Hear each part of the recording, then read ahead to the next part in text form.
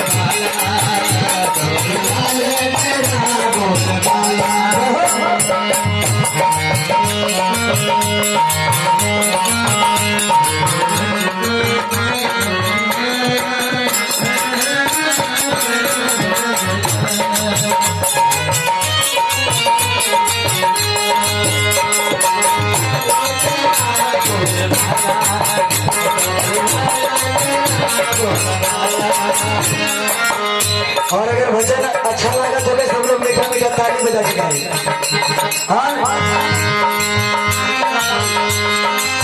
ये धूप तेरी छाया, ये धूप तेरी छाया, तूने ही बाबा इस जहां को बनाया, तूने ही बाबा इस जहां को बनाया।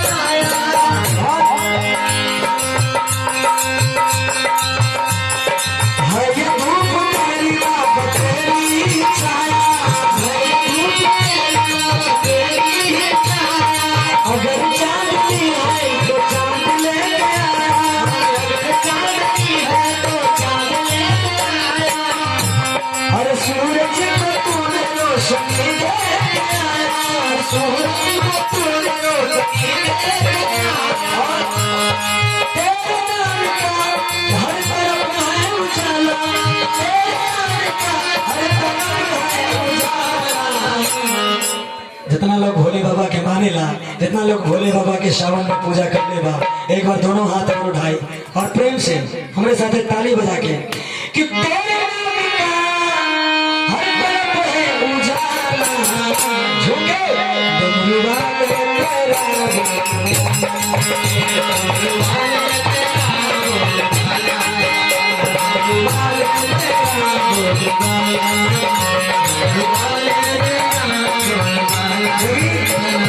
श्रावण के पावन महीना में जब अपनी माता बहन बेटी लोग शंकर जी के मंदिर में जल चढ़ावे जाई जा, देखो गीत गावे रहा कैसे। हरे काले के सूखे मालाई हो, काले के सूखे मालाई हो, पाया काले के सूखे मालाई हो, काले के सूखे मालाई हो, हम तुम्हारी सेवा